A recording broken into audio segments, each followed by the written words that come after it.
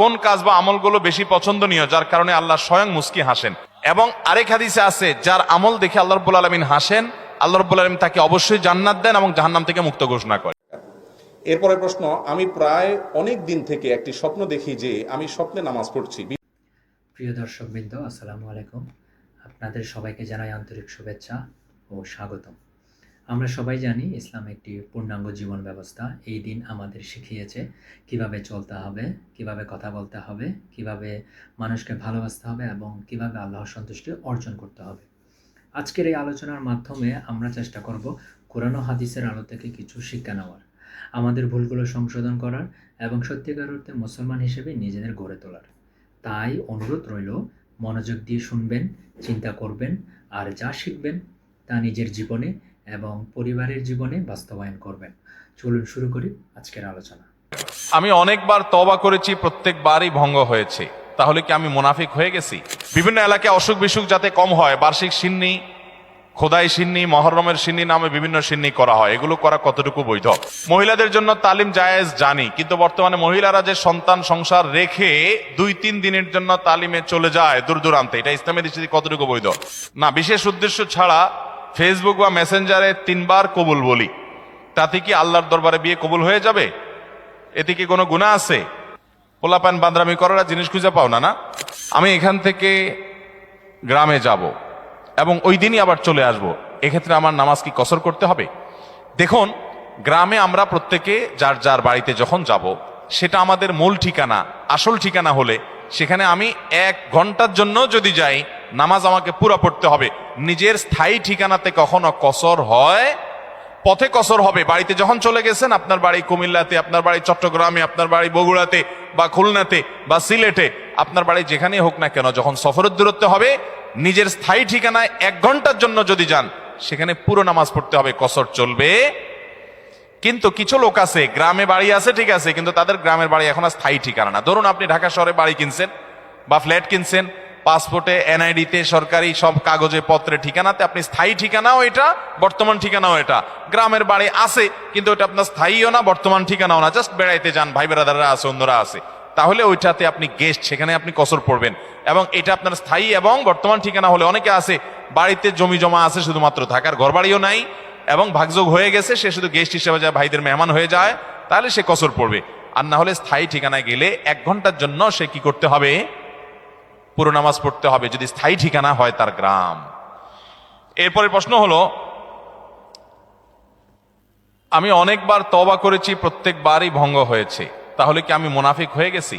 না ভাই, তওবা হওয়ার পর তওবা ভেঙে যাওয়াটা অস্বাভাবিক নয়। আপনারা খুশি হবেন শুনে, আমাদের রব আল্লাহ রাব্বুল আলামিনের একটা গুণবাচক নাম হলো তাওয়াব। কি নাম ভাই? তাওয়াবের মানে জানেন? আল্লাহু আকবার। রিপিটেডলি, বারবার যিনি বান্দার তওবা কবুল করেন। এই জন্য ভাই, একবার গুনাহ হয়ে গেছে, আল্লাহর কাছে তওবা করেছেন, চেষ্টা করছেন যে আর যেন না হয়, কিন্তু আবার শয়তান কাত করে ফেলে দিয়েছে, আবারও তওবা করে ফেলবেন এবং দুর্বল হবেন না। এখানে ইবলিস আপনাকে বলবে, তুই এতবার একই কাজ করে তওবা করছস আল্লাহর কাছে, আবার কোন মুখে তওবা করবি? থাক, বাদ দে। আপনার তওবা থেকে দূরে সরাবে। এটা হলো শয়তানের সবচেয়ে বড় অস্ত্র। কখনো নিরাশ হওয়া যাবে না। তওবা আগের বারের চাইতে পরের বারটা আরো স্ট্রং করবেন, যে ঠিক আছে আগের বারটা তওবা আমি দুর্বল ছিল, এটাকে আরো স্ট্রং করব, চেষ্টা করবো না ইনশাআল্লাহ। তাহলে তওবা বারবার করতে হবে, বারবার করতে হবে। ভেঙে গেলে আরো শক্ত, হার্ডলি তওবা করতে হবে, নিজের প্রতি নিজে শাসন চালাতে হবে, এভাবে ইনশাআল্লাহ সামনে আগাইতে হবে। ভারতবর্ষে একজন কবি বলেছেন, আরে ইয়ে কুস্তি তো হয় অমর ভর কি, কবি ও দাবালে কবি তু দাবালে। ইবলিসের সাথে তোমার এই লড়াই তো সারা জীবনের। কখনো ইবলিস তোমাকে কাত করে ফেলে দিবে, তোমার দ্বারা গুনাহ করায় ফেলবে, আবার কখনো চোখের পানি ফেলে কেঁদে কেটে আল্লাহর কাছে একান্তে। ভাইরা, কিছু নির্জন সময় কাটানো দরকার। আমাদের কোনো নির্জন সময় নাই। নির্জন সময় হলে ওই মোবাইলে আমরা ঢুকে পড়ি, মোবাইল টোবাইল বন্ধ করে ফেলে দিনে রাতে 24 ঘন্টার ভিতরে 5 ওয়াক্ত নামাজের পরে আগে যে কোনো সময় অন্তত 2-4-5টা মিনিট একটু চিন্তা ভাবনা করবেন, একটু নিজের হিসাব মিলাবেন, আল্লাহর সাথে কথা বলবেন। আজকে একটা গুনাহ হয়ে গেছে, আজকে একটা কাস্টমার মহিলা আসছে, তার সৌন্দর্য দেখে তাকে নিয়ে বাজে চিন্তা জল্পনা কল্পনা করেছি, নোংরামি করেছেন, গুনাহ কাজ করেছেন। কোনো কাস্টমার এসেছে, তার সাথে ফাঁকি ঝুঁকি দিয়েছেন, 2 নাম্বারই করেছেন, মিথ্যা কথা বলেছেন, কিনা দর এত আছে বলেছেন, আসলে এত আসে নাই। এই যে মিথ্যা বলেছেন কয়টা টাকার জন্য, এই টাকা দুনিয়াতে থেকে যাবে, মিথ্যাটা আপনার আমলনামা যুক্ত হয়ে আখিরাতে যাবে। এইসব কথা চিন্তা করে আল্লাহর কাছে চোখের পানি ফেলে একান্তে, আল্লাহ করে ফেলেছি আজকে শয়তানের পালায় পড়ে, আল্লাহ খেয়াল ছিল না, আপনি মাফ করে দেন। মালিক আপনি মাফ না করলে কিয়ামতের ময়দানের শাস্তি হবে ভয়াবহ, দুনিয়াতে আপনি ছেড়ে দেন, আল্লাহ মাফ করে দেন। মাফ চায়া দুনিয়া থেকে ওইটাকে নিষ্পত্তি করেন, একটু চোখের পানি ফেলেন, সেজদায় পড়ে যান, 2 রাকাত সালাতুত তওবা নামাজ পড়ে আল্লাহর কাছে মাফ চান, এরপরের দিন আরো স্ট্রং করেন। এভাবে আপনি লড়াই চালাতে থাকবেন। আরে এই কুস্তি তো হয় অমর ভর কি, কবি ও দবালে কবি তু দবালে। শয়তান গুনাহ কমা আপনার দ্বারা করায় সে জিতে যাবে, আর আপনি তওবা করে চোখের পানি ফেলে গুনাহ মাফ করিয়ে তারপরে আপনি শয়তানের উপরে জিতে যাবেন। তওবা করতে থাকবো তো ইনশাআল্লাহ। তওবা করতে কখনো ক্লান্ত হবেন, তওবা অব্যাহত রাখবেন, অনবরত রাখবেন। দুনিয়াতে কোনো ফেরেশতা মানুষ নাই, সবাই গুনাহ করে। এর মধ্যে সবচেয়ে উত্তম মানুষ হলো গুনাহ করার পর যে নিজের ভুল বুঝতে পারে, নিজেকে শাসন করে সংশোধন করে সে তওবা করে মাপ চায়। মনে রাখবেন, যে ব্যক্তি তওবার শর্ত আদায় করে তওবার শর্ত কি? তওবার শর্ত হলো যে কাজটা করেছি গুনার কাজ, এটার জন্য নিজেকে নিজে শাসন করলাম, কেন আমি এত নিকৃষ্ট কাজ করলাম, আল্লাহ আমার প্রতি কত ইহসান করেছেন, কত অনুগ্রহ করেছেন, আমার জীবনে কত বিপদ এসেছে, আল্লাহ উদ্ধার করেছেন, তাহলে আমি কেন এই গুনার কাজটা করলাম? নিজেকে শাসন করা, ভবিষ্যতে না করার পরিকল্পনা করা, লজ্জিত হয়ে চোখের পানি ফেলে আল্লাহর কাছে মাপ চাওয়া, এই কাজটা যদি আপনি বারবার করেন, আপনি নিশ্চিত থাকতে পারেন আপনার তওবা দিন দিন আস্তে আস্তে স্ট্রং হবে এবং একটা সময় আপনি গুনাহ ছাড়তে পারবেন ইনশাআল্লাহ। এই জন্য তওবা কখনো ছাড়া যাবে, যতবারই তওবা ভাঙুক, তওবা আরো স্ট্রং করে করতে হবে। এরপরে প্রশ্ন হলো, কেউ কালো জাদুগ্রস্ত হয়েছে এমন যদি জানতে পারে তাহলে তার করণীয় কি? এ বিষয়ে আমরা বিভিন্ন জায়গায় প্রশ্ন পাই, ভালো করে শুনে রাখেন। বিশেষ করে আপনারা পুরান ঢাকার কাছাকাছি এলাকার মানুষ, পুরান ঢাকায় সবচেয়ে বেশি, চট্টগ্রামে প্রচুর পরিমাণে আছে। আমাদের দেশে এখন ব্ল্যাক ম্যাজিক, কালো জাদু যেটাকে আমরা বলি, এই কালো জাদু টোনা এগুলো এই পরিমাণ বাড়ছে, আমি সারা দেশে ঘুরে বেড়াই, শত শত হাজার হাজার মানুষের প্রশ্ন আমার কাছে আসে। প্রতি সপ্তাহে এভারেজ আমার কাছে অন্তত 25 থেকে 30 হাজার প্রশ্ন মানুষের আমার কাছে আসে আলহামদুলিল্লাহ। শুধুমাত্র শুক্রবারের লাইভে আমাদের 15 থেকে 20 হাজার 1 ঘন্টার মধ্যে প্রশ্ন আসে। এই হাজার হাজার প্রশ্ন নিয়ে আমরা কাজ করি। মানুষের অবস্থা আমি জানি প্রশ্নগুলোর মাধ্যমে। এই দেশে প্রতিটা ঘরে ঘরে ব্ল্যাক ম্যাজিকের রুগী আছে। আল্লাহ যাকে বাঁচাইছে তারা ভিন্ন, কিন্তু আমি দায়িত্ব নিয়ে বলতে পারি ম্যাক্সিমাম ফ্যামিলিতে ব্ল্যাক ম্যাজিকের রোগী ভরা, আমরা টেরও পাচ্ছি না। ছোট পোলাপান, অস্বাভাবিক চিল্লাচিল্লি, অস্বাভাবিক দুষ্টামি, ওই দুষ্ট জিনের উপদ্রব অথবা ব্ল্যাক ম্যাজিক। অসুস্থ, কোনোভাবে ভালো হচ্ছেন না, বহু ট্রিটমেন্ট করছেন, চেক আপ করেছেন, ডায়াগনোসিস হচ্ছে না। সবসময় নিশ্চিত না, কিন্তু অনেক ক্ষেত্রেই এগুলা ব্ল্যাক ম্যাজিকের রোগী হওয়ার সম্ভাবনা। আপনারা দেখবেন ফেসবুকে ইদানিং এই উৎপাত বেশি বাড়ছে। বিভিন্ন পোস্টের কমেন্টে দেখবেন পোস্টার দিয়া প্রচার করে তান্ত্রিক অমুক কামরূপ কামাখ্যা থেকে প্রশিক্ষণ প্রাপ্ত। দেখছেন নি? এগুলো হলো শয়তানের খালাতো ভাই, সাক্ষাৎ খালাতো ভাই।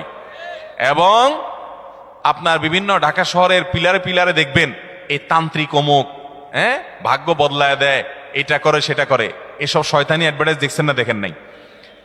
ব্ল্যাক ম্যাজিক এটাকে এক সময় আমাদের এক শ্রেণীর শিক্ষিত মানুষ বলতো যে এগুলো হুজুরদের আজগুবি কথা, কিসের আবার ব্ল্যাক ম্যাজিক, দেখা যায় না, শোনা যায় না, বুয়া বোগাস কথাবার্তা। ভাইরা আমার, এই যে কদিন আগে বিশ্বকাপ ফুটবল শেষ হয়ে গেল, আমি নিজে অনেকগুলো মিডিয়াতে দেখেছি বিশ্বকাপ ফুটবলে অনেক বড় বড় খেলোয়াড়দেরকে দুর্বল করার জন্য প্রতিপক্ষের খেলোয়াড় বা বাজিকরেরা, বিভিন্ন লোকেরা ব্ল্যাক ম্যাজিক করেছে এবং কোটি কোটি টাকা খরচ করে ব্ল্যাক ম্যাজিক করে তাদেরকে অচল করে দেওয়ার চেষ্টা করে। আরে বিশ্বকাপ অনেক দূরে রাখেন, আমার দেশে আসেন। একটা খেলা আছে, নাম হলো পাতা খেলা। আপনি গুগলে সার্চ দিয়ে যে পাতা খেলা দেখলে আপনি পাবেন। আমি সার্চ দিয়ে অন্তত 2-4-5টা জাতীয় দৈনিকের রিপোর্ট, প্রতিবেদন, এই খেলার আদ্য পান্ত জেনে তারপরে কথা বলছি। আমি আলহামদুলিল্লাহ ওই ফেসবুকে ঠুনকো ঠানকো কোথায় কি পাইছে টাইছে এগুলো নিয়ে আমি কথা বলি না, বক্তব্য দেই না। আমি চেষ্টা করি যেটা বলবো সেটা জেনে শুনে দায়িত্ব নিয়ে তারপরে আমি বলার চেষ্টা করি। এই পাতা খেলার উপরে আমি অনেক পড়াশোনা ঘাটাঘাটি করেছি, অনলাইনে অনেক আর্টিকেল পড়েছি, অনেক প্রতিবেদন পড়েছি। আমাদের দেশে হয়, আপনার উত্তরবঙ্গের দিকে বিশেষ করে হয়, অনেক জেলাতে। এই পাতা খেলাটা অবাক করা এক খেলা, যে এটা পুরাটাই ওই জাদু মন্ত্রের খেলা। এবং এটা আমাদের দেশে অনেক আগে থেকে একসময় হিন্দুদের মধ্যে প্রচলন ছিল। এখন মুসলমানরা এটাই কোনো দোষী কিছু মনে করে না, পড়তেছে। রীতিমতো কুফুরি এবং ইমান চলে যাওয়ার মতো বিষয়। এখানে কুফুরি কিছু মন্ত্র আছে, শয়তানি কিছু মন্ত্র আছে। শয়তান আমরা যাকে দেখি না, এটা আরেক আলোচনা, ঘন্টায় ঘন্টা আলোচনা করতে হবে, শয়তান নিয়ে আজকে আলোচনা করব না। এই শয়তানের মন্ত্র, কুফুরি মন্ত্র, এই মন্ত্র পাঠ করার মাধ্যমে এই অলৌকিকত্ব দেখা যায়। কি হয়েছে, একটা লোকের নাম দেয় পাতা, আসলে ওইরকম আদতে কোনো পাতা না, একটা ব্যক্তি।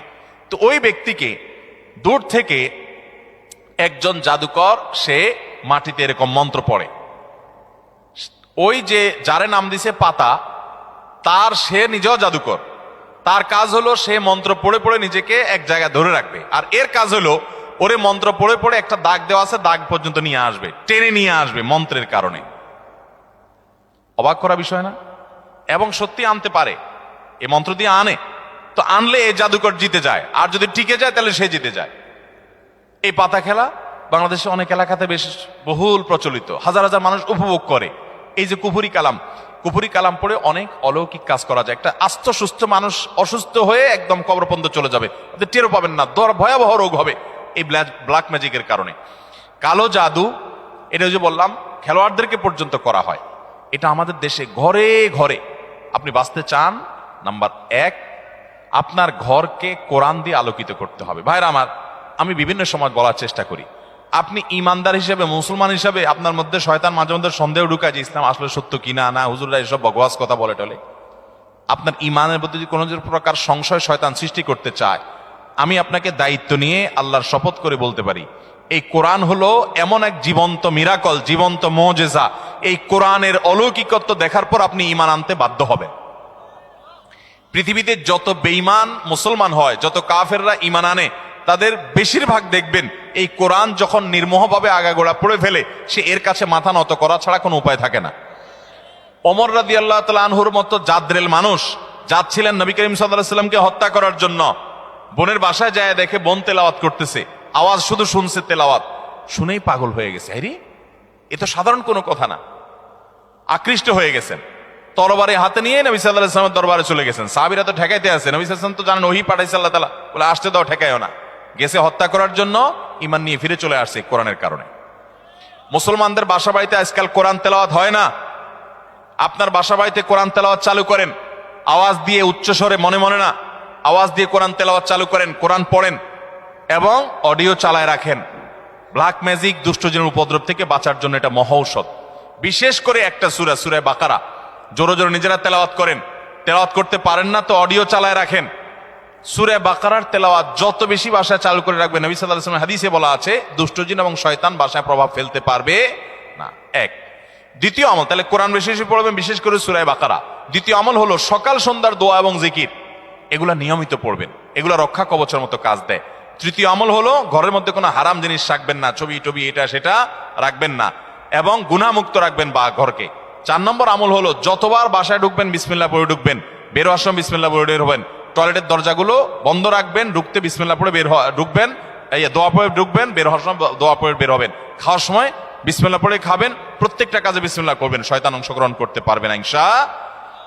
আর বিশেষভাবে 3 কুল সকাল সন্ধ্যায়, কুল হুয়াল্লাহ, কুল আযুল ফালাক, কুল রাব্বিন নাস, 3 বার সকাল সন্ধ্যার আমলের মধ্যে এটা চলে আসছে। আলাদা করে এটা রাতে, সকাল সন্ধ্যায় বিভিন্ন সময় পড়বেন ইনশাআল্লাহ। বিদিন আল্লাহ তাআলা এই দুষ্টজিন এবং ব্ল্যাক ম্যাজিক থেকে বেঁচে থাকার তৌফিক দান করবেন। এরপরে প্রশ্ন হলো, আসুন্নাহ ফাউন্ডেশনের দেওয়া অফিস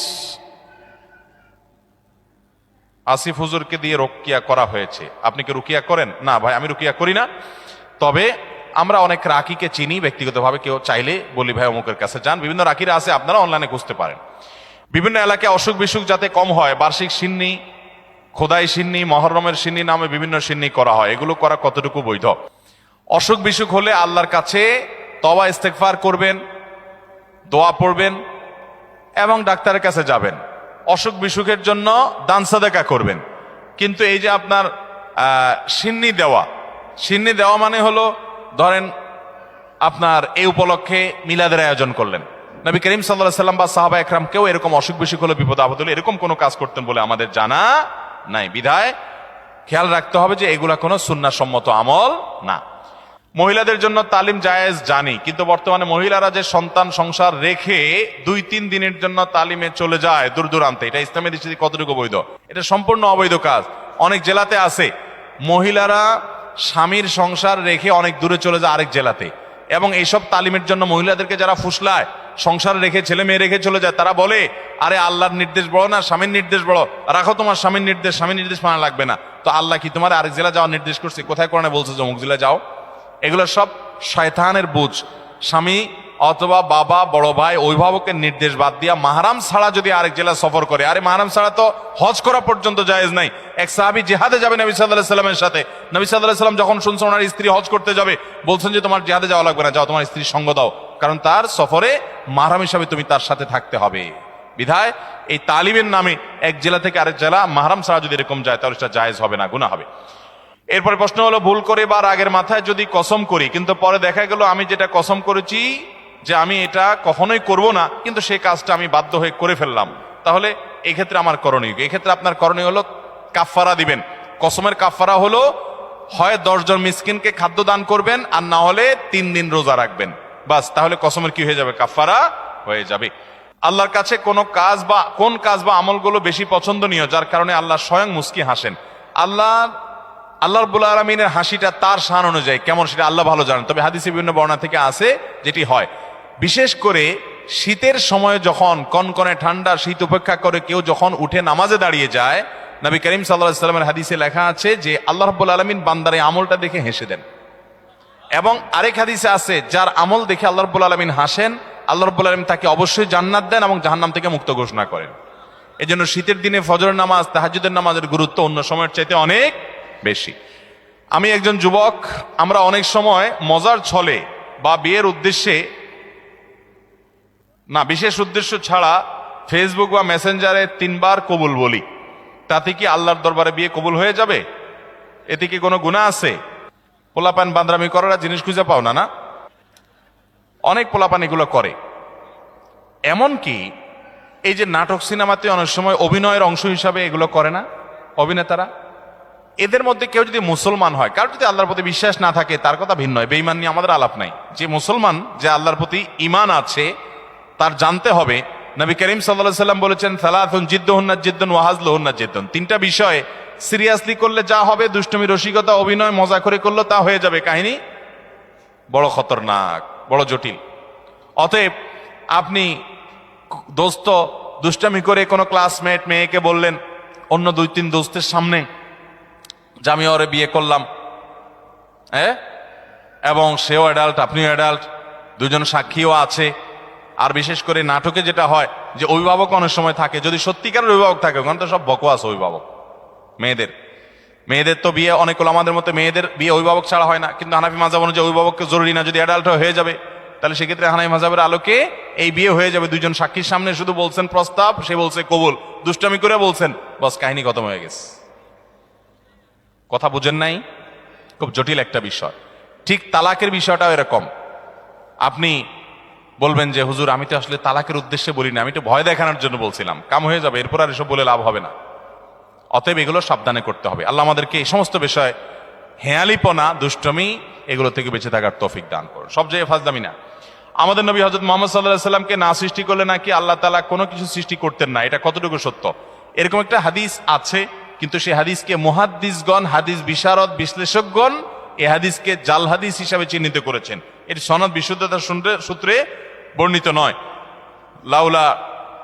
লাউলা খলিকতু লামা খলিকাতিল আফলাক, নবী সাল্লাল্লাহু আলাইহি সাল্লাম যদি সৃষ্টি না হতেন আসমান জমিন সৃষ্টি হতো না। ভাইরা আমার, নবী সাল্লাল্লাহু আলাইহি সাল্লামের মর্যাদা বলার জন্য মিথ্যা হাদিস বলার কোনো দরকার নাই। আল্লাহ তাআলা তার নবী সাল্লাল্লাহু আলাইহি সাল্লামকে, তার হাবিবকে এমনি মর্যাদা দিয়েছেন, তার জন্য ভুয়া হাদিস বানানোর কোনো দরকার। তিনি সকল নবী রাসূলদের মধ্যে শ্রেষ্ঠ, তাকে আল্লাহ মেরাজে ডেকে নিয়ে সম্মানিত করেছেন, তাকে আল্লাহ তাআলা কিয়ামতের ময়দানে হাউজে কাউসার দান করবেন, তার শাফাআত হবে সবচেয়ে বড় শাফাআত, শাফাআতে কুবরা। তাকে আল্লাহ তাআলা কত মর্যাদা দিয়েছেন। অতএব ভুয়া ভিত্তিহীন হাদিস বলার দরকার নেই। বুখারীর হাদিসে আসছে, তিনি বলেছেন লা তুতরুনি কামা আতরাতিন নাসারা ইবনে মারইয়াম। খ্রিস্টানরা ঈসা আলাইহিস সালামের মর্যাদা বেশি বলতে গিয়ে ওনাকে আল্লাহর সন্তান বানায়া ঈমান হারা হয়ে গেছে। তোমরা আমার মর্যাদা বলতে গিয়ে এরকম সীমা লঙ্ঘন করবা না। এরপরে প্রশ্ন হলো, মোষ ধোয়া পানি পান করলে নাকি হারাম হয়, আসলে হাদিসে এমন কিছু আছে কিনা? মোষ ধোয়া পানি খেলে বা মোষ লাগলে কোনো কিছু খেতে গেলে সেটা হারাম বলে হয়। হারাম তো পরের কথা, অনেকে বলে মাকরু, হারামও হবে না মাকরুও হবে না। কারণ মোষ যদি থাকে আর পানি যদি আপনি খেতে যান তো একটু আধটু লাগবেই লাগবে, যত ছোট থাকুক একটু হইলেও লাগবে। এখন যদি বলেন যে না আমি লাগাবো না, তাহলে মোষ বড় রাখতে হবে অনেক, এবং সে মোষ কিছু একটা দিয়ে চিমটি দিয়ে ধরে উঠায় ধরে তারপর খাইতে হবে।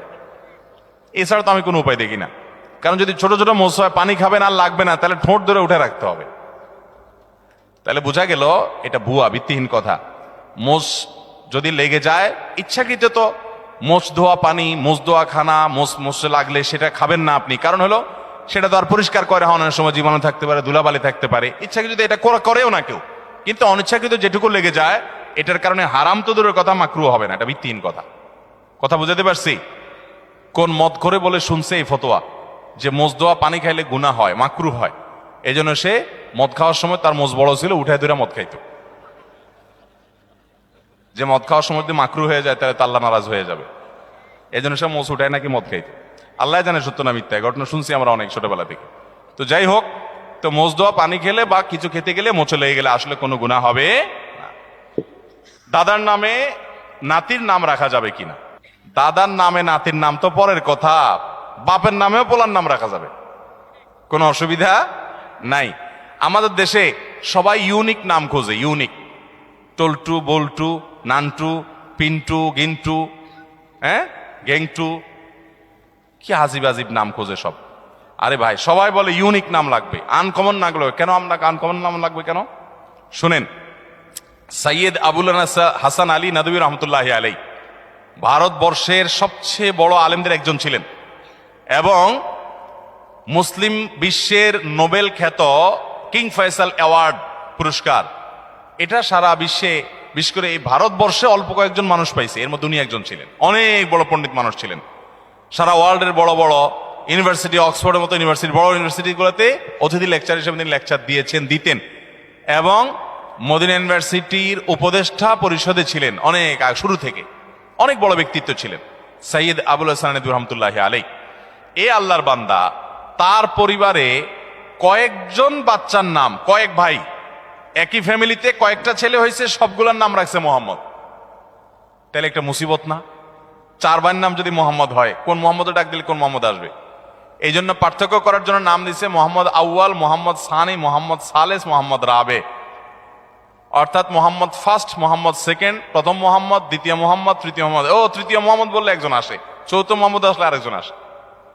এটা বলার উদ্দেশ্য হলো যে একই নাম, আমাদের দেশে অনেকে আমরা নাম চাই, হুজুর একটা নাম দেন, তো বলি ভাই সবচেয়ে উত্তম নাম আব্দুল্লাহ, আব্দুর রহমান হাদিসে আসছে। সবচেয়ে সুন্দর নাম কি নাম?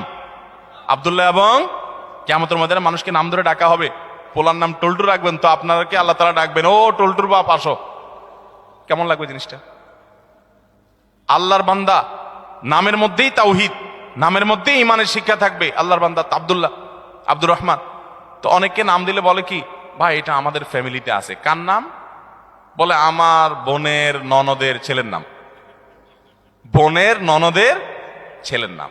তো তোমার বোনের ননদের ছেলে আর এই ছেলে জীবনে কয়বার একত্র হবে? এসব বকওয়াস চিন্তা করতে মাথায় আসে। এমনকি কাছাকাছি ফ্যামিলি থাকলে অসুবিধা নেই, ভালো নামগুলো দেখে দেখে রাখতে হবে। যাই হোক, বাপের নাম এবং ছেলের নাম পর্যন্ত আরবে অনেক দেশে এক নাম আছে। তো দাদার নামে নাতির নাম রাখাতে কোনো অসুবিধা, আবার মেয়ের নাম মায়ের নামে রাখতেও কোনো অসুবিধা। অনেকে রাখে না, এটাকে ভিন্ন চিন্তায়। সেটা হলো যে মেয়েকে নাম ধরে ডেকে, কথার কথা মায়ের নাম ফাতেমা, এখন মেয়ের নামও যদি আমি ফাতেমা রাখি, তাহলে একসময় বলবো ফাতেমা এদিকে কেন করছিস বেয়াদব ফাতেমা কোথাকার, তখন মার প্রতি অসম্মান হয় কিনা। এরকম ভক্তি কোথায় চলে গেছে চিন্তা করছেন? এটা বলে অতিরিক্ত সতর্ক থাকা। ওই যে একটা গল্প শুনছিলাম একবার, যে এক লোক সেলাই করতেছে, জামা কাপড় কিছু একটা সুই দিয়ে সেলাই করতেছে। তো এরকম সে নিচে সেলাই করতেছে, জানে সেলাইয়ের দোকান আছে, কেউ সেলাই করে। আরেকজন দোতলায় শুয়ে রয়েছে, তো দোতলায় সে ফ্লোরে শুয়ে রয়েছে, তো একটু পরপর সে মাথা উঠে ফেলা এরকম। তো আরেকজন বলে এরকম কেন করো? বলো যে নিচে সেলাই করতেছে এরকম করে, সতর্কতার মাইন নেই, যদি মাথায় লেগে যায়। অতি সতর্ক হইতে হইতে কোন লেভেলে গেছে চিন্তা করছেন?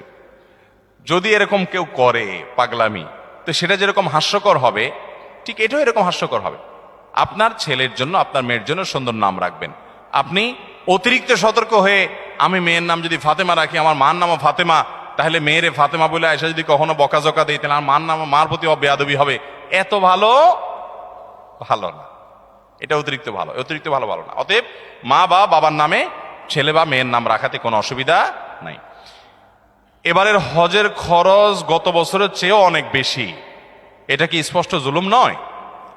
ভাইরা আমার, হজের খরচ গত বছর ছিল স্মরণকালের সবচেয়ে ভয়াবহ খরচ। আমি নিজেও গেছি, 6 লাখ টাকা প্রায় লেগে গেছে। এবছর হলো প্রায় 7 লাখ। 6 লাখ 80 না 75,000, 83,000, তাহলে 7 লাখের মতো প্রায়। গত বছর ছিল প্রায় 6 লাখের মতো। এই যে পার্থক্যটা হয়েছে, এটা মূলত রিয়াল ডলারের দাম বাড়ার কারণেই হয়েছে। কারণ হলো গত বছর হজের সময় রিয়ালের দাম ছিল 24 টাকা, 23 টাকা, এরকম 22, 23, 24 এই রেঞ্জের মধ্যে ছিল। এই বছর রিয়ালের দাম কত এখন? 28, 29, 30 টাকা। তাহলে 5 টাকা করে রিয়ালের প্রতি যদি দাম বাড়ে, সবকিছুই তো সেখানকার খরচ, অতএব বিশাল বড় একটা অংশ এখানে বেড়ে গেছে। এটা একটা বাস্তবতা। তবে সৌদি গভর্নমেন্টের কাছে আমাদের আবেদন থাকবে যে তারা হজের ক্ষেত্রে যেন আরেকটু দয়া এবং মায়া প্রদর্শন করে। কারণ মুআল্লিম ফি যেটা অন্য সময় সামান্য ছিল, সেটা গত বছর মাঝে 2-3 বছর করোনা গেল, গত বছর সেটা ডাবল না জানি ট্রিপল, কয়েক গুণ সেটা বাড়াই দিস। আমি গত বছর হজে যাওয়ার সময় চিন্তা করছি যে যেটা বোধ হয় 2,000-এর নিচে ছিল, ওইটা 5,000, 6,000 টাকা, 6,000 রিয়াল, টাকা না, সৌদি রিয়াল, তার মানে 1 লাখ প্লাস। এটা মুআল্লিম ফি। তো মুআল্লিম ফি যেটা নিচে মক্কা, মিনা, মুজদালেফাতে সার্ভিস দেয়, সেটার ফি, ঠিক আছে, এটা নিতে হবে, খরচের টাকা বুঝলাম। তো আগে যেটা ছিল ধরেন 2,000-এর ঘরে, সেটা হঠাৎ করে 6-7,000-এর ঘরে চলে গেল, 3 গুণ, এত বেশি, এত হাজার রিয়ালের ঘরে চলে গেল। আমি মনে করছি এবার বোধ হয় হজে নিয়া জামাই আদরে রাখবে মনে হয়, এত টাকা যেহেতু নিছে, তাহলে বোধ হয় খুব আদর যত্ন করবে। তো আমি দেখলাম না, আদর যত্ন কিছু না, হাজি এমনি কম নিছে, সেজন্য একটু ফ্রি আছে। শুধুমাত্র মিনা, মুজদালেফা, আরাফাতে টয়লেটের নিচে স্ল্যাব বসাইছে, যেটা আগে প্লাস্টিকের ছিল, ব্যাস। আমি আর দৃশ্যমান কোনো পার্থক্য দেখলাম না, বাস। এটার কারণে বা আর যেগুলো আছে সেগুলো উল্লেখযোগ্য এমন আহামরি কিছু না, মানে এটার কারণে অন্তত 3 গুণ টাকা বৃদ্ধি হবে বা 3-4 গুণ হয়ে যাবে, অনেক গুণ বৃদ্ধি হয়ে যাবে, এরকম কোনো বিষয় না। এরপরে আসুন, বিমান ভাড়া সম্ভবত এই বছর কত, 2 লাখ বোধ হয়, 2 লাখের মতো ধরছে। কল্পনাই করা যায় না, যারা বিভিন্ন দেশ সফর করেন তারা জানেন।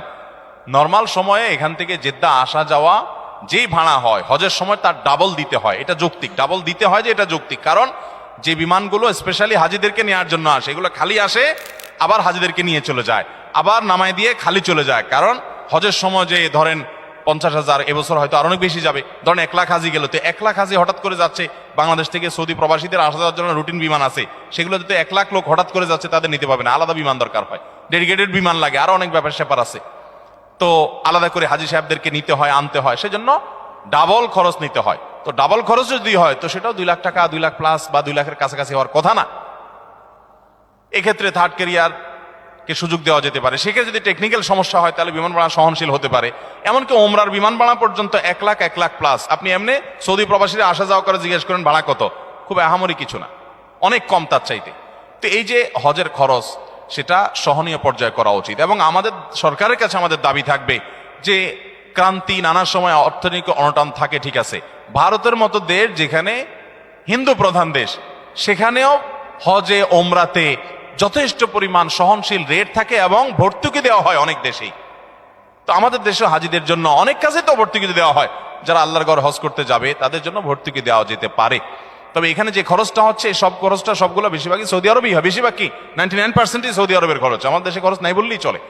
বিধায় রিয়ালের দাম বাড়ার কারণে আসলে অনেক বেশি বেড়ে গেছে। এই জন্য ভাইরা বলি, যারা হজ পিছাইছেন, অনেক লোক আছে এই মজলিসে, বহু লোক আছে আমি জানি, যাদের আজ থেকে 7 বছর 8 বছর আগে হজ করার ক্ষমতা ছিল, তখন 3 লাখ, 3.5 লাখ, 4 লাখ টাকা হজ করা যেত, কিন্তু করেন নাই, পিছাইতে এখন 7 লাখে আসছে। একসময় যদি 14 লাখে যায়, আর তখন যদি বলেন আমার কাছে এত টাকা নাই, আপনি আল্লাহর কাছে দায়মুক্ত হবেন না। কারণ যখন কম ছিল তখন তো আপনার পরে হজ ফরজ ছিল, আপনার টাকা ছিল, আপনি কেন করেন নাই? এই জন্য নবী সাল্লাল্লাহু আলাইহি সাল্লাম বলেছেন, কারণ হজ ফরজ হলে সে যেন বিলম্ব না করে। যদি সে বিলম্ব করে, সে জানে না পরবর্তীতে কি হবে, কি দুর্ঘটনা হবে। এই জন্য হজ ফরজ হলে বিলম্ব করবো না, ইনশাআল্লাহ। ভাইরা আমার, আর কথা বলতে চাই না, রাত অনেক হয়েছে। বিভিন্ন দিক ফিরে, কখনো দেখি পূর্ব দিকে, কখনো দেখি উত্তর দিকে, কখনো দেখি দক্ষিণ দিকে। শুধু 2-3 দিন দেখছি শুধু 2-3 দিন দেখছি পশ্চিম দিকে ফিরে নামাজ পড়তে, কিন্তু আমি স্বপ্নে কখনো পরিপূর্ণ নামাজ পড়তে পারি না। কেননা কোনো সমস্যার কারণে, অর্থাৎ নামাজ পড়তে পড়তে ঘুম ভেঙে যায় আপনার, এই তো। আর এই স্বপ্ন দেখা শুরু হয় আমার পরিপূর্ণ ইসলামে প্রবেশ করার পর থেকেই। দয়া করে এই ব্যাপারে কিছু বললে উপকৃত হব। আপনি ইসলামে পরিপূর্ণ প্রবেশ করার পর থেকে এই নামাজ এই স্বপ্ন দেখছেন, আপনার এখানে প্রশ্নের মধ্যে একটা বড় ত্রুটি আছে। আপনি পরিপূর্ণ ইসলামে প্রবেশ করেছেন, এই সার্টিফিকেট নিজেকে নিয়ে দিয়ে দিলেন? পরিপূর্ণ ইসলামে প্রবেশ করা এত সহজ জিনিস? আল্লাহু আকবার। আপনি হয়তো বোঝানোর চেষ্টা করছেন যে আপনি ইসলামকে প্র্যাকটিস করা শুরু করেছেন, আলহামদুলিল্লাহ, আপনি চেষ্টা করেন পরিপূর্ণ ইসলামের জন্য, সেটা বলেন চেষ্টা করি, আরো চেষ্টা করতে হবে। আপনি কিছুটা দেখছেন, বাকিটা দেখছেন না, আপনার কোথাও অপূর্ণতা আছে, চেষ্টা করেন এবং দোয়া করেন। এই যে নিজেকে পূর্ণ মনে করছেন, এটাও একটা অপূর্ণতা। আল্লাহ তাআলা আমাদেরকে পরিপূর্ণ মুসলিম হওয়ার তৌফিক দান করুন। এখন তো সব দড়ি মাছ নাচুই পানি, ওয়াজ শুনতে কোনো কার্পণ্য নাই, আবার যায় হিন্দি সিনেমা টিভিতে খুলে দেখে। এর চাইতে বড় বেহায়ার নির্লজ্জ কি হতে পারে? যে আল্লাহর সামনে, আল্লাহ দেখছেন, নির্লজ্জের মতো সামনে এক চেহারা, পেছনে আরেক চেহারা, তলে তলে মোবাইলে হারাম জিনিস দেখে, আবার মানুষের সামনে ভালো সাজে। আছে না নাই এই রোগ আমাদের মধ্যে? আল্লাহ আমাদের সবাইকে সলিড মুসলমান হওয়ার তৌফিক দান করুন। যে ভাই এটা দেখেছেন, আমি তাকে পরামর্শ দিব যে আপনি আরো আপনার দিনকে পরিপূর্ণ করার চেষ্টা করেন, আরো ত্রুটি ভুলগুলোকে ফাইন্ড আউট করে সেগুলো সংশোধন করার চেষ্টা করেন। আপনি অপূর্ণ নামাজ দেখছেন, আপনার দিনের ভিতরে হয়তো কোনো অপূর্ণতা আছে, আপনি চেষ্টা করেন, তবে মন খারাপ করা যাবে না। আপনি যে দিনে আসছেন, অগ্রসর হয়েছেন, আল্লাহ শুকরিয়া আদায় করেন এবং ভালো হওয়ার চেষ্টা করেন। এরপরের প্রশ্ন, ফিকহ শাস্ত্রের গ্রন্থাদি থেকে জানা যায় যে মসজিদের বাহিরে যে মেহরাবে প্রয়োজনে জানাজা রেখে নামাজ পড়া যায়। এখন যদি আমরা মসজিদের ভেতরে জানাজা রেখে, অর্থাৎ লাশ রেখে, খাটিয়া রেখে নামাজ আদায় করি, শরীয়ত বিধান মতে সঠিক কিনা? এটাকে ফুকাহা একরাম মাকরুহ বলেছেন। ভাই, লাশ, এক নম্বর কথা হলো যে জানাজা নামাজ মসজিদে পড়বেনই না। জানাজা কোথায় পড়বেন? আমরা আজকাল কিছু কিছু জিনিসকে এমন উল্টাইছি, যেমন ঈদের নামাজ, এটা হবে কোথায়? মাঠে, উন্মুক্ত জায়গায়। কিন্তু ঈদের নামাজ কোথায় পড়ি আমরা? মসজিদে। ঢাকায় এই অজুহাত চলে যে এত খালি জায়গা নাই, কিন্তু আপনার গ্রাম অঞ্চলে তো এই অজুহাত নাই। কিন্তু ওই যে আমাদের মসজিদ এলারা আবার ওখানে যাব কেন? আমরাই একটা কি বানাবো? ঈদগাহ বানাবো। এটা শয়তানে কুবুদ্ধি দেয়। কথা বুঝতে পারছেন? হ্যাঁ, আপনি নামাজ পড়েন এরকম উন্মুক্ত জায়গায়, সুন্দর করে নামাজ পড়েন শামিয়ানা টাঙ্গায়, এটা ঠিক আছে। কিন্তু মসজিদে ঈদের নামাজ পড়বেন না, এটা সুন্নাহর খেলাফ, মাকরুহ। কিন্তু এই মাকরুহ সারা দেশে সবাই করতেছি, সব হুজুরাই বলতেছে, কারণ হুজুর চায় হুজুরের মসজিদে নামাজ হলে হুজুর একটা ঈদের নিমতি করবে। হুজুরেরও কি আছে এখানে? পয়সা করি আছে, লাভ আছে। তো হুজুর এখানে মাকরুহ ফতোয়াটা দেয় না, আস্তে চাপায়া যায়। আর হুজুরের দোষ একলা দিমু কেন? কমিটির লোকজন তারা এটা নেতাগিরি করতে পারবে, আরেকজন ঈদগাহ গেলে তার নেতাগিরি থাকবে না, মুসল্লি হয়ে যাইতে হবে। এই জন্য নিজেরা কি করে, ঈদের নামাজ যদি করতে চান ঈদগাহে করবেন, এটা হলো সুন্নাত। জানাজাও কোথায় হবে? বাহিরে হবে। বিশেষ করে লাশ যদি ভিতরে নিয়ে যান, গোসল দেওয়ার পরে সেখান থেকে ময়লা পানি পড়তে পারে, দুর্গন্ধ আসতে পারে, মসজিদের শানের খেলাফ হবে, আরো অনেক কারণ আছে। এসব কারণগুলোর প্রেক্ষিতে সুন্নাত হলো মসজিদের বাহিরে জানাজা পড়া। ফরজ নামাজ শেষ, মসজিদের বাইরে হয়ে এসে খোলা জায়গা থাকলে সেখানে নামাজ পড়েন। আর যদি এরকম কোনো জায়গা না থাকে, যেমন ঢাকা শহরে বেশিরভাগ জায়গাতে এরকম নাই, অনেকে আবার রাস্তা দখল করে ঈদের নামাজ পড়ে, সেটা আরো গুনাহের কথা। ওটা তো গুনাই হবে, রাস্তা দখল করে নামাজ পড়া জায়েজ নাই। সাধারণ মানুষের পথের চলাচলের বিঘ্ন করে আপনি গায়ের জোরে রাস্তা বন্ধ করে নামাজ পড়লেন, এই ইসলাম আপনাকে আল্লাহ রাসূল শিখান নাই। কথাকে বুঝতে পারছি? মানুষের ক্ষতি করে নামাজ পড়া জায়েজ নাই। রাস্তাঘাট বন্ধ করে, রাস্তার মালিককে, একজন মানুষ যেতে পারে, ইমার্জেন্সি রোগী নিয়ে যেতে পারে, আপনি বন্ধ করে দিলেন রাস্তা নামাজের জন্য, না, এই ইসলাম আমাদেরকে শিখায় নাই। মসজিদে পড়তে হবে সেক্ষেত্রে, ওটার চেয়ে মসজিদে পড়া উত্তম। এখন জানাজার লাশ মসজিদের সামনে রেখে, সৌদি আরব এসে মসজিদগুলো এরকম, আমাদের দেশে অনেক মসজিদ এখন ঢাকা শহরে হয়ে গেছে, ম্যাক্সিমাম মসজিদ এরকম এখন, যে মসজিদের মেহরাবের সাইড দিয়ে আপনার পশ্চিমে কেবলার দিকে আপনার একটা ছোট দরজা থাকে, ওই বাহিরে লাশটা থাকে, দরজাটা খুলে দেয়, ইমাম সাহেব ওখানে দাঁড়ায় নামাজ পড়ে। মুসলিমরা মসজিদের ভিতরে আছে, কিন্তু লাশ কোথায় আছে? বাইরে আছে। এভাবে পড়লে আর মাকরুহ থাকবে না। তারপরে উত্তম হলে এসব বেজাল না করে ডাইরেক্ট কোথায় নামাজ পড়া? মাঠে নামাজ পড়া। 4, মাযহাব সহি কিনা, মাযহাব মানা শিরক কিনা, কোরআন হাদিসের আলোকে জানতে চাই। না ভাই, মাযহাব মানা শিরক হবে কেন? মাযহাব মানা যদি শিরক হয়, তাহলে জান্নাত খালি থাকবে, তাহলে জান্নাত খালি থাকবে।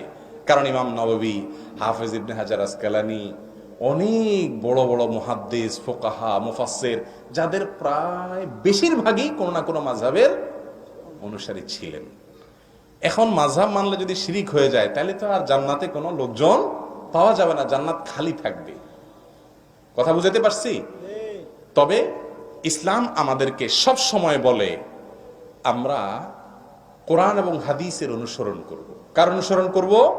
কোরআন এবং হাদিসের অনুসরণ করব, ওলামা একরামের অনুসরণ করব, কিন্তু সেটা আলা বাসিরাতিন, সেটা আলা দালিল। যে কোনো আলেম যা বলবে তার কথা শোনা শুরু করবেন, এটা না। যখন পর্যন্ত কোরআন হাদিসের মধ্যে থাকবে, আপনাকে রাহবরি করবে, অবশ্যই ওলামা একরামদের কথা শুনবেন। আর কথা শুনেন আর না শুনেন, অশ্রদ্ধা করবেন। এখন একটা ট্রেন্ড চালু হয়ে গেছে হুজুরদেরকে নিয়ে ট্রল করা। নিজে দু চারটা হাদিস কোরআন জানার পরে এবার আলেমুল আমাদেরকে নিয়ে অপমানকর মন্তব্য করা শুরু করে। এ রোগ তৈরি হয়েছে কি হয় নাই? সবার মধ্যে হুজুররা একজন একজনে করে, এবার অনুসারা বলে আমরা বসে থাকুন কেন, আমাদের হুজুর যখন করে আমরাও করি। এবার মুক্তাদিরাও শুরু করে। গোটা সমাজ অশান্ত হয়ে যাচ্ছে কি যাচ্ছে না? আল্লাহ রাব্বুল আলামিন আমাদের মনগুলোকে বড় করার তৌফিক দান করুন। আমি মনে করি উনি ভুল করতেছে একটা মাসালায়। আমার মতে ওনার মাসালাটা কি ভুল। ওনাকে যদি আল্লাহ জান্নাতে দেয় আমার কোনো ক্ষতি আছে? আমি তো আল্লাহকে এটা বলা দরকার, আল্লাহ আমার ভাই আমার মতে ভুল করতেছে, তারপরে তারা জান্নাতে দিয়ে না, আল্লাহ আমাকেও সাথে দিয়ে। এটা না ইমানদারের কথা? কিন্তু এমন একটা ভাব আমাদের যে হে জান্নাতে গেলে আমি ওই জান্নাতেই যাব না, নাউজুবিল্লাহ। এরকম একটা রোগ এসে গেছে আমাদের মধ্যে। আল্লাহ আমাদেরকে সংশোধন করার তৌফিক দান করুন। দাড়ির বিধান কি, ইসলামে দাড়ির পরিমাণ কি এবং দাড়ির শরঈ বিধান কি? ইসলামে দাড়ি রাখা ওয়াজিব। দাড়ি রাখা কি ওয়াজিব, এবং এই ব্যাপারে তেমন একটা দ্বিমত নাই। খুব স্বল্প সংখ্যক কিছু ওলামা একরাম এটাকে ওয়াজিব বলেন না, যেমন মিশরের এখানকার ওলামা একরামদের অনেকে এটাকে ওয়াজিব বলেন না, কিন্তু বিশ্বের সংখ্যাগরিষ্ঠ সকল যুগের ওলামা একরামের মত হলো দাড়ি লম্বা করা ওয়াজিব। নবী করিম সাল্লাল্লাহু আলাইহি সাল্লাম বলেছেন আফুল্লুহা, তোমরা দাড়িকে ছেড়ে দাও, আর খুল্লুহা, দাড়িকে লম্বা করো। আরেকটা প্রশ্ন আপনি করেছেন 40 হাত দূরে থেকে তাকালে দেখা যাবে, এই পরিমাণ দাড়ি রাখলেই যথেষ্ট হবে, এই কলটির গ্রহণযোগ্যতা কতটুকু? কোনো গ্রহণযোগ্যতা নেই। কোরআন হাদিসে কথা এরকম কথা বলে নাই যে 40 হাত দূর থেকে দেখলে আপনার দাড়ি বোঝা যাবে। অনেক মহিলার দাড়ি দু চারটা থাকে, 40 হাত কেন 60 হাত দূর থেকেও বোঝা যাবে, তাহলে কি তার জন্য দাড়ি এটা দাড়ি বলা হবে নাকি? না ভাই, দাড়ি লম্বা করা ওয়াজিব। আপনি রাখতে না পারেন ভিন্ন কথা, তবে হ্যাঁ কেউ যদি লম্বা করতে না পারে একটু ছোট রাখে তো নাইম আমার চাইতে আলহামদুলিল্লাহ, তিনি কিছুটা তো রাখলেন, তাকে অ্যাপ্রিসিয়েট করা উচিত এবং বোঝানো উচিত যে নবী সাল্লাল্লাহু আলাইহি সাল্লাম দাড়িকে কি করতে বলেছেন? ছেড়ে দিতে বলেছেন, লম্বা করতে বলেছেন। আল্লাহ আমাদেরকে তৌফিক দান করুন। এরপরের প্রশ্ন হলো পালক পুত্র ও কন্যার ব্যাপারে শরীয়তের বিধান জানতে চাই, দয়া করে উত্তর দিবেন। খুবই গুরুত্বপূর্ণ একটা প্রশ্ন। পালক পুত্র এবং পালক মেয়ে রাখা এটা জায়েজ না নাজায়েজ কাজ? সবাই চুপ। জায়েজ কাজ। পালক পুত্র পালক কন্যা রাখা কি জায়েজ কাজ। তবে একটা বিরাট সমস্যা আছে, সেটা হলো আপনি যদি কোনো ছেলেকে ছোটবেলায় এনে লালন পালন করেন, পালক পুত্র বানান, বা কোনো মেয়েকে পালক কন্যা বানান, মরণের আগ পর্যন্ত কখনো বলতে পারবেন না এটা আমার ছেলে, এটা আমার মেয়ে। কথা কি বুঝাতে পারছি? আল্লাহ রাব্বুল আলামিন কোরআনে কারীমে বলেছেন উদউহুম লিআবাইহিম হুয়া আকসাতু ইনদাল্লাহ। একদম পালক পুত্র সম্পর্কে আয়াত নাজিল হয়েছে। রাসূল করিম সাল্লাল্লাহু আলাইহি সাল্লামের একজন পালক পুত্র ছিল, তার নাম ছিল কি? যায়েদ ইবনে হারিসা রাদিয়াল্লাহু তাআলা আনহু। সাহাবীরা বলা শুরু করে দিত যায়েদ ইবনে মুহাম্মদ। সবাই ডাকা শুরু করছে কি? মুহাম্মদ সাল্লাল্লাহু আলাইহি সাল্লামের ছেলে যায়েদ। আরে উনি তো বাপ, তো হারিসা বাপের নাম, মুহাম্মদ সাল্লাল্লাহু আলাইহি সাল্লাম তোমার বাপ না, তাহলে পালক বাপ। সঙ্গে সঙ্গে আল্লাহ আয়াত নাযিল করলেন খবরদার উদউহুম লিআবাইহিম, পালক পুত্রকে যে জন্ম দিয়েছে সেই বাবা যেখানেই থাকুক না কেন তার পিতৃত্বকে স্বীকার করতে হবে, বলতে হবে এটা অমুকের ছেলে, যিনি লালন পালন করেছেন তার ছেলে বলা যাবে। কিন্তু আমাদের দেশে কি হয়, 100% বলতে গেলে যারা একটা ছেলে লালন পালন করেই একটু বাপ ডাকটা শোনার জন্য, ঠিক না? ঠিক। মা একটু মা ডাকটা শোনার জন্য, যে আমারে আল্লাহ ছেলে মেয়ে দেয় নাই, তো একজন গরিবের বা অন্য একজনের বা কোনো খালার একটা সন্তান বা অন্য ভাইয়ের একটা সন্তান নিয়ে আসে, কেন? একটু বাপ ডাকলে দিলটা শান্তি হবে, মা ডাকলে দিলটা শান্তি হবে। ভাইরা আমার, আল্লাহ রাব্বুল আলামিন আপনাকে যে সন্তান দেয় না, আপনার কষ্ট হচ্ছে, এর বিনিময়ে যদি জান্নাত দিয়ে দেন, তাহলে আপনার এই প্রজেক্টটা লস প্রজেক্ট না লাভের প্রজেক্ট? আল্লাহু আকবার। এজন্য মা ডাক বাপের নাম শুনতে গিয়ে হারাম কাজ করবেন না। আমরা লালন এই পালক পুত্র আর পালক কন্যা রাখি ধান্দায়। কিসে ধান্দায়? ধান্দাটা কি? আমার ছেলে নাই, আমার একজন ওয়ারিশ হইল, পরে নকল ছেলে বানাই দিব, নকল মেয়ে বানাই দিব, এই না ধান্দা? আর ইসলাম বলে অবশ্যই ছেলে মেয়ে লালন পালন করবেন, গরিবের ছেলে মেয়েকে লালন পালন করবেন, কিন্তু উদ্দেশ্য হবে কোনো ধান্দায় না, সওয়াবের উদ্দেশ্যে। যে একজন গরিব মানুষ তার ছেলেটাকে লালন পালন করতে পারতেছে না, ঠিক আছে, ওটার দায়িত্ব আমি নিলাম, ওর পড়ালেখা খাওয়া দাওয়া সব দায়িত্ব আমি নিলাম। একজন ইতিম, তার বাবা মারা গেছে, এতিমের দায়িত্বভার গ্রহণ করে নবী সাল্লাল্লাহু আলাইহি ওয়াসাল্লাম বলেছেন আনা ওয়াকাফুল ইয়াতিমি কাহাতাইন, এই দুই আঙ্গুল যেরকম পাশাপাশি আমি এবং ইতিমের যে দায়িত্ব নেবে সেই দুই আঙ্গুলের মতো থাকবে, ইতিম থাকবে আর কোনো দায়িত্ব নেওয়ার লোক থাকবে না। এটা একটা এলাকার মানুষের জন্য লজ্জার বিষয়। আরবদেরকে দেখেছি, আমি 10টা বছর ছিলাম সৌদি আরবে, সৌদিয়ানদেরকে দেখেছি যে কোনো ইতিম বাচ্চা পালে তারা পাগল হয়ে যেত কে দখল করবে কার আগে, তার দায়িত্ব নেওয়ার জন্য। কারণ জান্নাতে শুধু যাওয়া না, নবীর সঙ্গে জান্নাতে থাকা যাবে। চেষ্টা করবেন তো ইনশাআল্লাহ। অতএব পালক পুত্র পালক কন্যা রাখা জায়েজ আছে, কিন্তু সেটা তাদের বাপ ডাক মা ডাক শোনার জন্য না। মনে রাখবেন, পিতৃত্ব এবং মাতৃত্ব সারা পৃথিবীর সকল সম্পদের বিনিময়ে কেনা যাবে। ওই বাচ্চাকে যিনি জন্ম দিয়েছেন, যিনি গর্ভধারণ করেছেন, আপনি তাকে লালন পালন করতে পারেন, তাই বলে ওর মায়ের জায়গা ওর বাপের জায়গা কখনো আপনি দখল করতে পারবেন না। ওর বাপ বাপ থাকবে, ওর মা মা থাকবে, সেটা কখনো পরিবর্তন হওয়া, মা বাপ কি পরিবর্তনশীল বিষয়? যাবে না। মনে থাকবে তো ইনশাআল্লাহ।